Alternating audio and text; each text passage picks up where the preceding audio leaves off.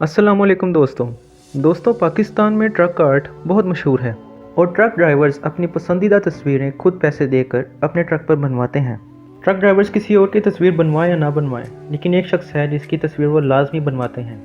वो है जनाब अताउल्लाह खान ईसा खैलवी, जिन्हें हम प्यार से लाला भी कहते हैं। जनाब अताउल्लाह खान ईसा खैलवी साउथ एशिया से इमर्ज होने वाले सबसे ज़्यादा मजबूत क्लासिकल फोक सिंगर्स में से एक हैं। इनकी आवाज़ में जो दर्द है वो इनकी गायकी को मुनफरिद बना देता है। इनके गानों की शायरी इतनी सादा और मुनफरिद होती है कि एक आम आदमी जैसे कि एक ट्रक चलाने वाला भी उससे रिलेट कर सकता है। इसलिए सब लोग अताउल्लाह से इतना प्यार करते हैं। तो क्या अताउल्लाह से सिर्फ ट्रक वाले प्यार करते हैं? नहीं, ऐसा नहीं है। बहुत कम लोग अवामी फ़नकार होते हैं और अताउल्लाह खान ईसा खैलवी उनमें से एक हैं। इनके गानों को बच्चे भी सुनते हैं और बुज़ुर्ग भी, मज़दूर भी और अफसर भी, मर्द भी और औरतें भी। इनके गानों में जो ख़ास बात है वो है इनकी आवाज़ का दर्द, जो सीधा दिल में उतर जाता है और हर कोई इनके गानों से महसूस होता है। लेकिन इस दर्द भरी आवाज़ के पीछे एक इंतहाई दर्दनाक कहानी है। अताउल्लाह खान ईसा खैलवी मियाँ वाली के इलाके ईसा खैल में अगस्त 1951 में पैदा हुए।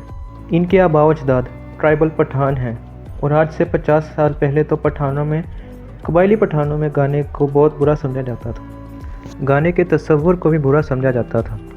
लेकिन यहाँ पर मैं आपको एक फ़िल्म सजेस्ट करूँगा। फ़िल्म है शुएब मंसूर की, खुदा के लिए। इसमें बताया गया है कि गाने में म्यूज़िक तो अच्छा ही होता है, बुरी अच्छी चीज़ शायरी होती है। सबसे ज़रूरी चीज़ किसी भी गाने की होती है लिरिक्स। लिरिक्स अच्छे तो गाना अच्छा, लिरिक्स बुरे तो गाना बुरा।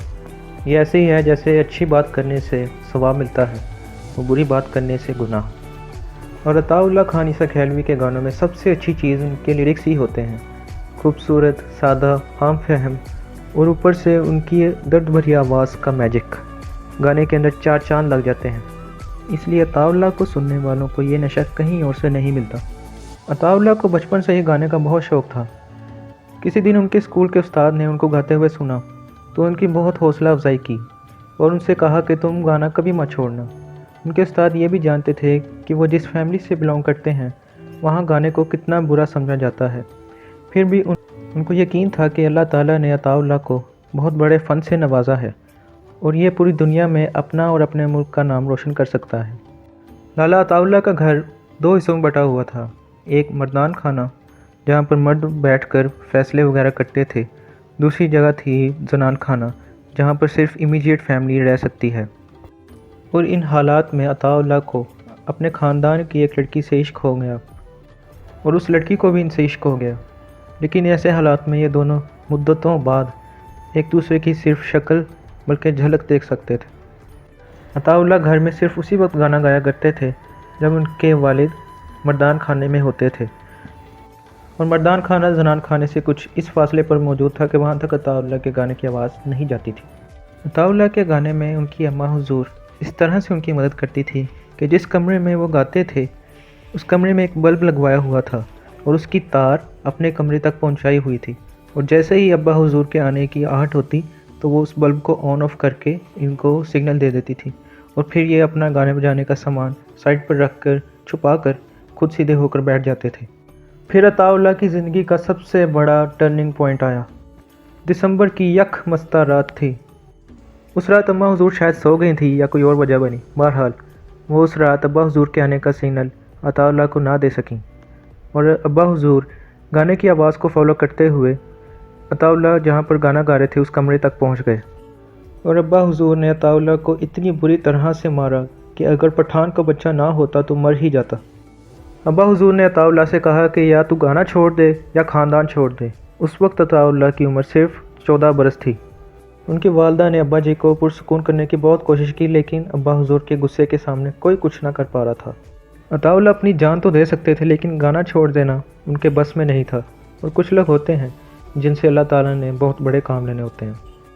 अच्छा, उस वक्त अताउल्लाह को ये पता नहीं था कि वो गाने को अपना पेशा बनाएंगे।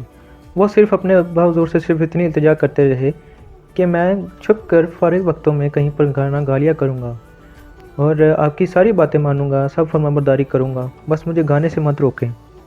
लेकिन अब्बा हुजूर को शायद कबीले वालों का इतना खौफ था कि उन्होंने फिर से यही कहा कि या तू गाना छोड़ दे या फिर ख़ानदान छोड़ दे। अताउल्लाह बेहद तकलीफ़ से गुजरे और मजबूरन घर छोड़ना पड़ा। 14 साल के लड़के को घर से बाहर निकाल दिया गया, लेकिन अल्लाह ताला की ज़मीन बहुत बड़ी है। अताउल्लाह ने पहले तो किसी चाय के ढाबे पर नौकरी की। कुछ बड़े हुए तो ट्रक ड्राइविंग, क्योंकि मियाँ वाली में ज़्यादातर लोग ट्रक ड्राइविंग से ही पैसा कमाते हैं, तो इन्होंने भी ट्रक चलाना शुरू कर दिया। It's a real tough job. इतने तवील अरसे तक ट्रक ड्राइविंग करने के बाद उन्होंने लिबर्टी के एक छोटे से रेस्टोरेंट में वेटर की नौकरी कर ली। क्यों? इसकी दो वजूहात थीं। बड़ी वजह यह थी कि लाला को मैडम नूरजहाँ को देखने का बहुत शौक़ था और ये इलाका मैडम नूरजहाँ की कोठी वाले इलाके के नाम से मशहूर था। और इस रेस्टोरेंट में जॉब करने की दूसरी बड़ी वजह यह भी थी कि यहाँ पर म्यूजिशियंस बैठकर गाने गाते थे और अताउल्लाह क्योंकि कहीं से सीखे हुए नहीं थे, तो उन्होंने सोचा चलो मौसीकी के बुनियादी आदाब ही सीख लूँगा। मैडम नूरजहाँ के घर के सामने एक राउंड अबाउट था और वहाँ पर एक पत्थर का बेंच लगा हुआ था। लाला हमेशा अपनी जॉब से फ़ारिग होकर वहाँ पर आके बैठ जाते और मैडम नूरजहाँ के आने का और जाने का इंतज़ार करते होते थे और उनकी गाड़ी को आता जाता देखकर ही उनकी रूह की तस्कीन हो जाती थी। और फिर अल्लाह ताला ने लाला की इस अकीदत के एवज़ उनको इतने बड़े इनाम से नवाजा के मैडम नूरजहाँ से न सिर्फ उनकी मुलाकात हुई, बल्कि मैडम नूरजहाँ ने उनको अपने साथ गाना गाने का भी मौका दिया। और आप लाला जी के दिल में मैडम नूरजहाँ की अकीदत का अंदाज़ा इस तरह से लगाइए कि जब उनको मैडम नूरजहाँ के साथ गाना गाना था तब वो ज़रा घबरा रहे थे, तो मैडम ने डांट कर उनसे कहा कि तुम्हें मेरे साथ गाते हुए शर्म आती है। तो लाला जी का जवाब ये था कि मैं कैसे गाऊं, मुझे माफ़ कीजिए, मेरी ज़रूरत नहीं है कि मैं आपके साथ खड़ा होकर गाऊं, आप अपना गाना रिकॉर्ड करवा लें, मैं बाद में करवा लूँगा। अताउल्लाह बहुत अच्छा गाना गाते थे, इसलिए लोग उनसे बार बार कहते थे कि चल यार गाना सुना। और वो उस वक्त तक टेप रिकॉर्डर्स आ चुके थे, तो जब वो गाते थे तो सुनने वाले इसे रिकॉर्ड कर लेते थे। और फिर ऐसा हुआ कि वो रिकॉर्डिंग घूमते घूमते एक प्रोफेशनल आदमी के पास पहुंच। अगरचे वो रिकॉर्डिंग तो बड़ी घिसी पिटी सी थी, कभी म्यूज़िक ऊपर चला जाता था, कभी नीचे आ जाता था, लेकिन वो बड़े विजन का आदमी था। उन्होंने जब अताउल्लाह की आवाज़ सुनी तो उन्हें पता चल गया कि अल्लाह ताला ने इनको बहुत बड़े फ़न से नवाजा है। अल्लाह ताला उन्हें गरीक़े रहमत करे। चौधरी रहमत उनका नाम था। चौधरी रहमत पाकिस्तान के पहले रिकॉर्डिंग स्टूडियो रहमत ग्रामोफोन हाउस के मालिक थे। रहमत ग्रामोफोन हाउस फैसलाबाद के घंटा घर के अमीपुर बाज़ार में था, लेकिन टेक्नोलॉजी की वजह से पायरेसी बहुत ज़्यादा हो गई और अब ये स्टूडियो बंद हो चुका है। खैर, इस वक्त चौधरी रहमत खुद अताउल्लाह के पास गए और उनके सामने ये ख्वाहिश जाहिर की कि अगर आप चाहें तो हम आपकी प्रोफेशनल रिकॉर्डिंग कर सकते हैं। इस पर अताउल्लाह ने बताया कि उस वक्त उन्होंने सोचा कि अंधे को और क्या चाहिए, 2 आँखें और ये उनके लिए 2 आँखें ही थी। तो फिर अताउल्लाह फैसलाबाद आ गए और रहमत ग्रामोफोन हाउस में बैठकर एक ही सिटिंग में 4 एल्बम्स रिकॉर्ड करवा ली और उस वक्त उनका एक गाना आधे आधे घंटे का होता था। लाला कहते हैं कि मैं बस आंखें बंद करके शुरू हो गया और 4 कैसेट्स में 17 गाने रिकॉर्ड करवा लिए। फिर अताउल्लाह के एक दोस्त ने इनको 1973 में पीटीवी के एक प्रोग्राम निलाम घर में गाने का मौका दिलवाया। इस प्रोग्राम को जनाब तारिक अजीज़ होस्ट किया करते थे और उनसे ही सिफारिश करवा के इनको गाने का मौका दिलवाया गया। और इस तरह से अताउल्लाह 1973 में पहली बार ऑन एयर हुए थे और ये आपकी पहली लाइव परफॉर्मेंस थी। इस वक्त लाला की उम्र सिर्फ 18 साल थी। लाला जी का पहला एल्बम 1978 में रिलीज़ हुआ, ये भी रहमत ग्रामोफोन हाउस में रिकॉर्ड किया गया था। और लाला जी की ज़िंदगी का पहला गाना जो बहुत मकबूल हुआ और अभी तक है, वो है दिल लगाया था दिल लगी के लिए। लाला जी ने चंद फिल्मों में भी काम किया है। उन दिनों कमीज़ तेरी काली बहुत मशहूर हुआ था। इनसे कहा गया कि आपने हमारी फ़िल्म में कमीज़ तेरी काली गाना गाना है, तो इन्होंने कहा यार मैं प्लेबैक सिंगर तो हूँ नहीं, मेरा एक एक गाना आधे आधे घंटे का होता है, तो क्या आप अपनी फ़िल्म में मेरा आधे घंटे का गाना चला देंगे। उन्होंने कहा कि हम ज़रा इसको मुख्तसर करके अपनी फ़िल्म में चला देंगे, लेकिन अताउल्लाह नहीं मान रहे थे। फिर सुल्तान राही साहब ने कहा कि तुमने इस फिल्म में ज़रूर गाना गाना है। अताउल्लाह सुल्तान राही साहब से भी बहुत मुतासिर थे, उन्होंने इसलिए उनकी बात मान ली और ऑडियो रिकॉर्ड करवा दी। फिर मेकर्स ने उनसे कहा कि आपका बहुत शुक्रिया, आपने हमारी गुजारिश मान ली, लेकिन एक और गुजारिश है। अताउल्लाह ने पूछा कौन सी गुजारिश। तो इस पर फिर उन्होंने कहा कि अगर ये पिक्चराइज भी आप पर हो जाए तो बहुत अच्छा हो जाएगा। अताउल्लाह बिल्कुल नहीं मान रहे थे, लेकिन उन्होंने इतना ज़्यादा फोर्स किया, फिर अताउल्लाह ने उनका दिल रखने के लिए पिक्चराइज भी करवाने के लिए तैयार हो गए। और अताउल्लाह के गानों को लोगों ने इतना पसंद किया कि किसी भी फिल्म में अगर उनका गाना आ जाए तो प्रोजेक्टर के आगे वो चादर रख देते थे और कहते थे कि इस गाने को दोबारा से चलाएं। सिनेमा हिस्ट्री में ऐसा कभी नहीं होता कि कोई चीज़ रिवाइंड हो, लेकिन अताउल्लाह खान ईसा खैलवी को यह एजाज़ हासिल है कि लोग उनके गानों को बार बार देखना चाहते थे और उनके गानों को चलाया भी जाता था बार बार।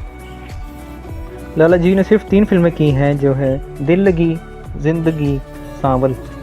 लाला अताउल्ला खान ईसा खैलवी ने 7 ज़ुबानों में 600 एल्बम्स के अंदर 50,000 से ज़्यादा गाने रिकॉर्ड करवाए हैं और 1994 में अताउल्ला खान ईसा खैलवी का नाम Guinness book of world record में शामिल किया गया सबसे ज़्यादा ऑडियो एल्बम्स रिकॉर्ड करवाने की वजह से। और queen Elizabeth II of great Britain ने लाला जी को लाइफ टाइम अचीवमेंट अवार्ड भी दिया है और हुकूमत पाकिस्तान ने लाला जी को प्राइड ऑफ परफॉर्मेंस दिया 1991 में और तमगा इम्तियाज़ दिया 2019 में। और अब आपको इनकी फैमिली के बारे में बताऊं कि इनकी पूरी फैमिली ही आर्टिस्ट है। लाला जी ने मशहूर फिल्म स्टार बाज़गाह से उस वक्त शादी की जब वो अपनी फिल्मी करियर के अरूज पर थीं। लाला जी के 4 बच्चे हैं, सांवल, बिलावल, लारेब और फातिमा। अच्छा, सांवल का मतलब होता है महबूब और गुलाम फरीद जो कि आशिक़ रसूल थे उन्होंने अपनी शायरी में इस लफ्ज़ को बार बार यूज़ किया है और अताउल्ला इनसे बहुत ज़्यादा मुतासिर थे। और जिस दिन लाला की एल्बम सांवल सांवल रिलीज़ हुई उसी दिन लाला का बेटा सांवल पैदा हुआ। लाला जी ने पहले ही सोच रखा था कि अगर बेटा हुआ तो उसका नाम सांवल रखेंगे। Sanwal Ata Esakhelvi British Asian visual effect supervisor, sound engineer, singer, musician, songwriter हैं। एस्टैब्लिश सिंगर बनने से पहले सांवल प्रोफेशनल क्रिकेटर भी रह चुके हैं और ब्रिटिश फिल्म इंडस्ट्री में VFX आर्टिस्ट और साउंड इंजीनियर के तौर पर भी काम कर चुके हैं। और लाला जी का दूसरा बेटा बिलावल ईसा खैलवी BBC में भी काम कर चुका है, एक्टर भी है और इनका ज़्यादा रुझान डायरेक्शंस की तरफ है। और सबसे छोटी बेटी फातिमा अभी ज़ेर तालीम है। लेकिन लाला जी की एक बेटी जिसने सबको पीछे छोड़ दिया है वो है लारेब अता। इनकी वजह से पाकिस्तानी ख़वातीन की सलाहियतों को अब हॉलीवुड भी मानने लगा है। ये विजुअल इफ़ेक्ट्स आर्टिस्ट है और ये हॉलीवुड की ज़बरदस्त तरीन फिल्मों में अपना बेहतरीन काम दिखा चुकी हैं। और आप में से जो लोग नहीं जानते कि VFX क्या होता है तो मैं थोड़ा सा बता दूं। आपने हॉलीवुड फिल्म्स देखी होंगी जिनमें बड़ी CGI कंप्यूटर जनरेटेड इमेजेस डाली जाती हैं, फिल्म्स जो ग्रीन स्क्रीन पर शूट की जाती हैं, बैकग्राउंड रिप्लेस किया जाता है।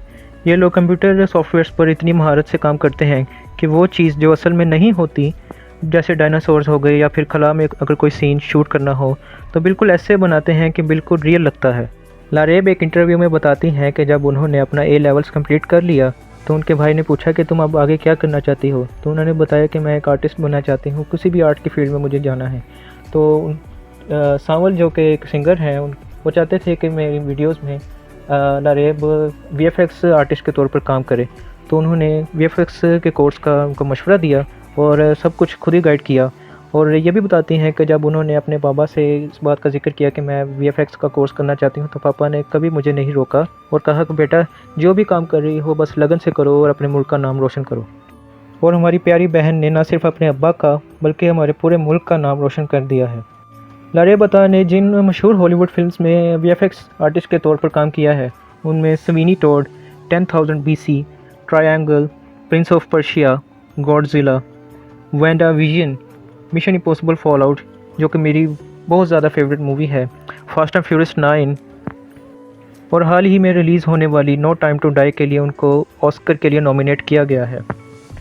मियांवाली का इलाका जहां आज भी अखबार नहीं जाता, जहां पीने का साफ़ पानी मुयस्सर नहीं, जहां पर ट्रेन नहीं जाती, जहां पर बिजली इतनी अच्छी नहीं है, जहां पर लोग बहुत मुश्किल से रहते हैं, इतना बैकवर्ड इलाका और वहां से निकलकर पूरी दुनिया में मशहूर हो जाना और उसके बच्चे अताउल्ला खान ईसा खैलवी के बच्चे हॉलीवुड तक पहुंच गए हैं और माशाल्लाह पूरी दुनिया में अपना और अपने मुल्क का नाम रोशन कर रहे हैं।